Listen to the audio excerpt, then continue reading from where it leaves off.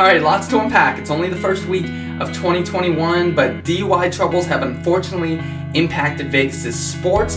We're going to recap the 2020 inaugural season of our Las Vegas Raiders. After a month of delay, our UNLV Runnin Rebels are finally back in action. Las Vegas Aviators, I haven't forgot about you, but we finally have a little bit of news. Nothing schedule-wise, but a great acknowledgement that I'd like to acknowledge. And our Golden Knights' first game is next week, the beginning of their fourth season. It's episode 23 of Heat and Low. So without further ado,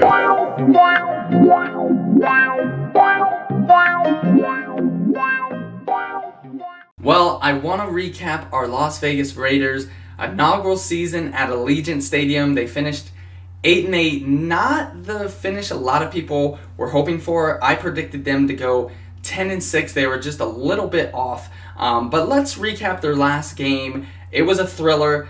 They played Denver and they beat them 32-31. It took a last-minute touchdown and a 2-point conversion to overcome, and then a blocked field goal attempt that would have been 63 yards for Denver. So a great way to kind of end this crazy COVID season. And again, they finished 8-8, failed to make the playoffs. Although they began the season 6-3, they definitely had enough talent to do that. And when you look at Derek Carr's numbers this last game, he had 371 yards, 2 touchdowns, and 2 interceptions. Darren Waller had 9 receptions for 117 yards. And speaking of Darren Waller, he now has set a new record for the most receptions in a season in Raiders franchise history with 107. He surpasses the Hall of Famer wide receiver Tim Brown. So Darren Waller, you got to give props where props are due, and please, Raiders, do not get rid of him. He has been a vital part to this team, and I think it's fair to say he's probably Derek Carr's favorite receiver, and you see why. I mean, he's a beast out there, and so I really hope that they hang on to him. Now, I kind of broke down Derek Carr's games in terms of yardage, how much yardage he's had throughout the season. So games where he's thrown between 50 and 100 passing yards, he only had one game, and that was 53 yards a couple games ago when he was injured against the Chargers. So that wasn't even a full game, but that was the only game he threw with between 50 and 100 yards, which obviously for a quarterback is not a lot. Between 100 and 200 yards, he had 3 of those games. Between 200 and 300 yards, he had 5 of those games. And then finally, games where he threw between 300 and 400 yards, he had 7. So you look at that, the bulk of that is he was in that range, so 300 to 400. And I've said the whole season, I don't think it was Derek Carr's fault in the Raiders 8-8. Now again, yes, he has some fault in it because at the end of the day, the quarterback plays a huge position. But it really came down to the defense, and I broke this down where the defense allowed 30-plus points in 10 of the 16 games. So only 6 games they allowed 29 or fewer points. That right there is a problem. Now when you look at that, like Derek Carr, of course, you got to throw for 300, 400, 500 yards to win, because if your defense can't stop anybody, you have to kind of ball out. Now, John Gruden, the defensive coordinator, Paul Guenther, was fired near the end of the season. And so John Gruden, they're in the process right now of finding a defensive coordinator. He says it's already underway. Now, this name has come up. Gus Bradley, he is the Chargers defensive coordinator. Now, he has been with the Chargers since 2017. He also served as a defensive coordinator in Seattle from 2009 from 2009 to 2012 during the whole Legion of Boom era. That was back with Earl Thomas and Richard Sherman. So that was and that was considered one of the best defenses at the time. So he seems to have a good kind of track record, and he actually was the Buccaneers linebacker coach from 2006 to 2008 under John Gruden. So they already have an established relationship there. Looking at that, sure, I would like to see Gus Bradley, have a chance. I know a lot of people, again, I brought this up earlier, were clamoring for Wade Phillips because he is also a great defensive coordinator. I just hope, if the Raiders, I just hope they can find someone that's a player's coach and someone that can turn this defense around, because, again, that is what they need. The offense has been powerful, so I think if you find a great defensive coordinator that can turn this defense around, then the Raiders are looking like a great playoff team. Definitely a team that can win the division, but also, make some noise in the playoffs. I think the way they started the season, you could have argued that, but then, things kind of fell off. So my overall season rating for the 2020 Las Vegas Raiders is a C. I think it's a C. Again, I predicted them to go 10-6. They fell 2 games under. But when you look at that, they've had some weird wins. Again, this last one against Denver, they had a last-minute win against the Jets. Just kind of these pull-out games that they were able to, they could easily, if they lost those, be 6-10. So I give them a C. I think they've had enough talent to at least be 10-6 at the worst. So we'll see what happens next year. And speaking of next year, the 2020 schedule has already been released. Actually, I just want to, hold on. Before I do that, I want to look back at some of the great wins that the Raiders had during the 2020 season. I'd say they had great wins against the Saints, which was their second game, the first time they beat the Chiefs, and the Browns, when they beat the Browns 16-6. All 3 of those teams are playoff teams, and so I think those are some of their great wins of the season. Bad losses, I'd say, are to the Bucks. Even though that's not surprising, they lost by 25. It was a close game until the fourth quarter, so you can kind of see that either way. I would also say the Falcons, where they got trounced 43-6.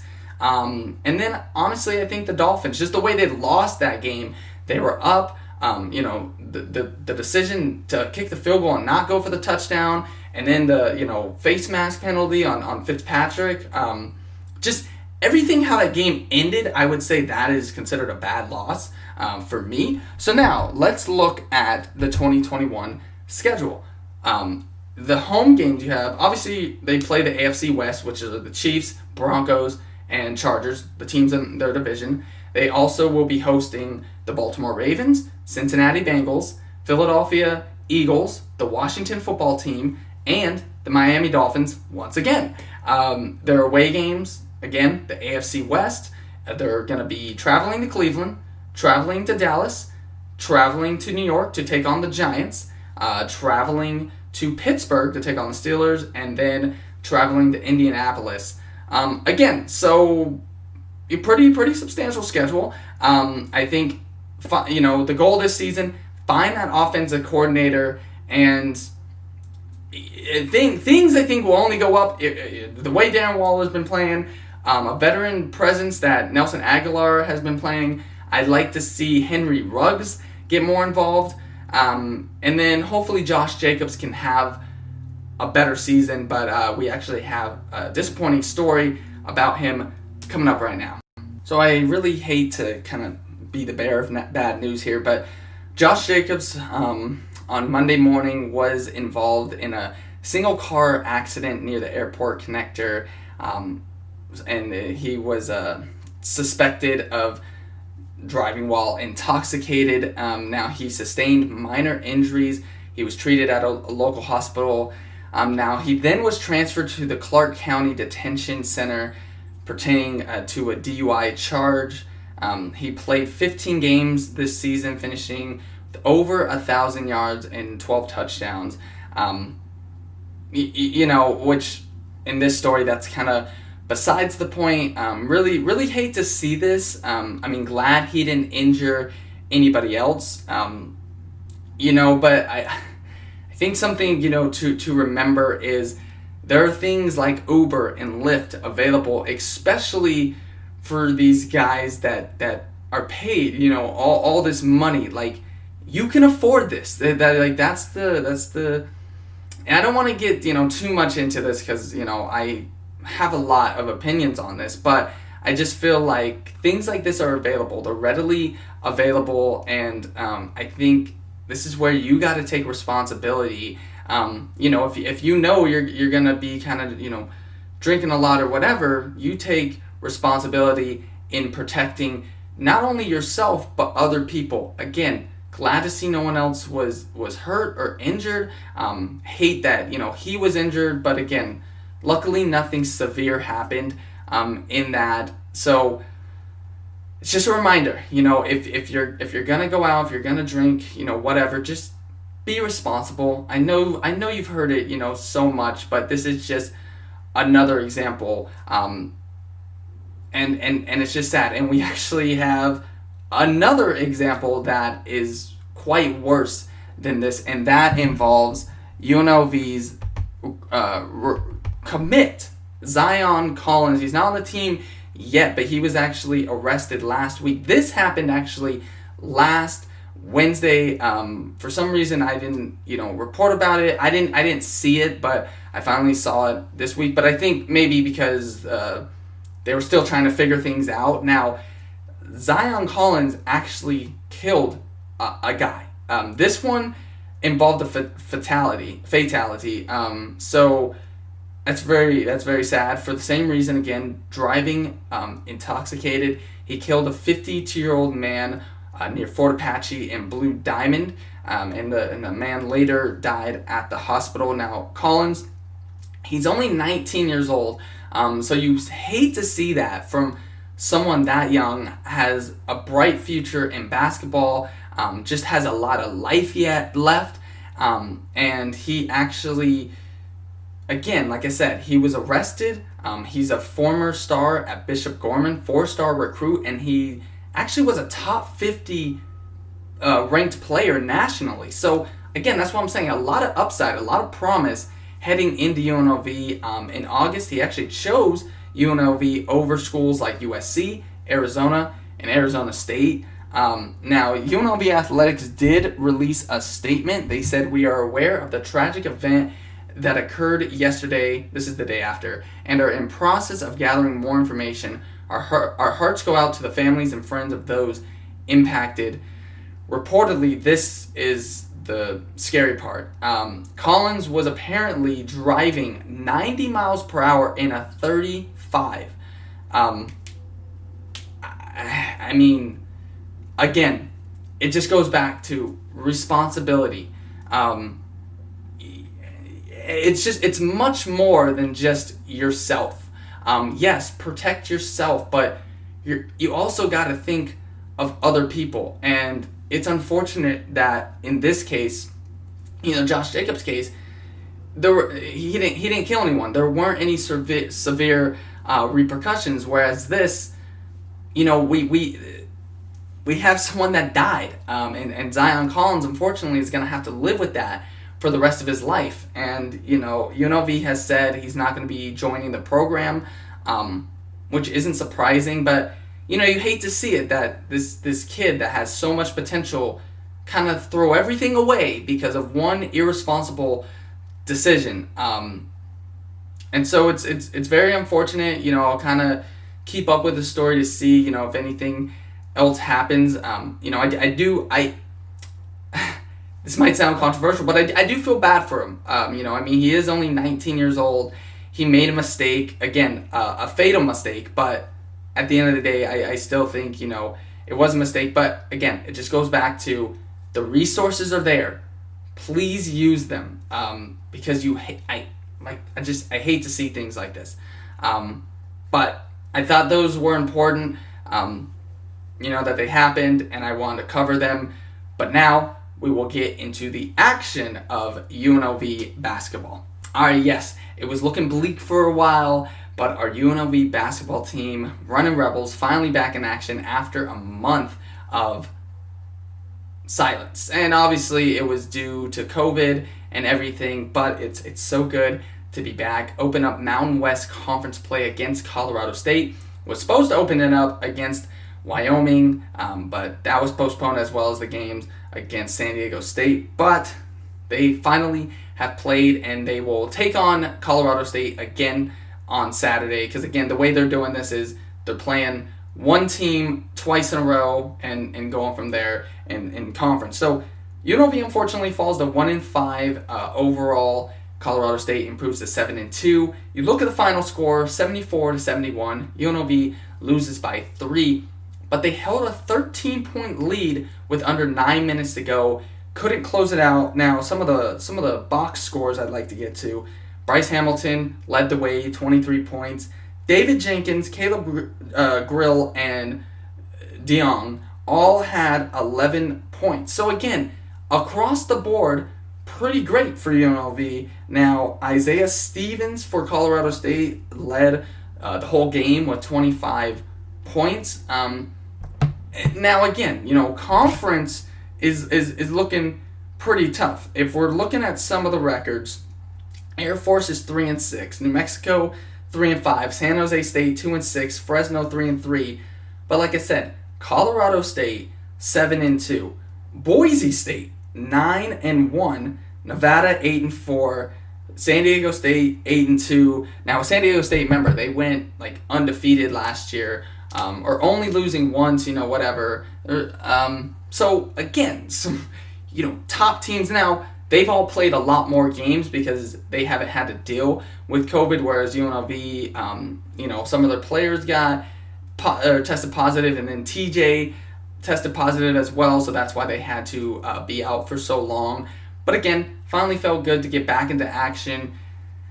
I think for UNLV, the talent is there. I've said it from the beginning, but that last night just demonstrated, okay, we need to learn how to finish. You're up by 13 with under 9 minutes to go. You got to learn how to close that out against a pretty great Colorado State team. And so hopefully they can get back on track on Saturday and just let all their anger out and let Colorado State have it, because again, they're talented enough. It's there for the taking, and so hopefully they can bounce back. But again, I know we can't go to games, but just to be able to know that they're happening, and hopefully you can watch them on TV if you have the Rebels channel. But just it's so great, and so like I said, they'll take on Colorado State again on Saturday, and then looking forward from that, then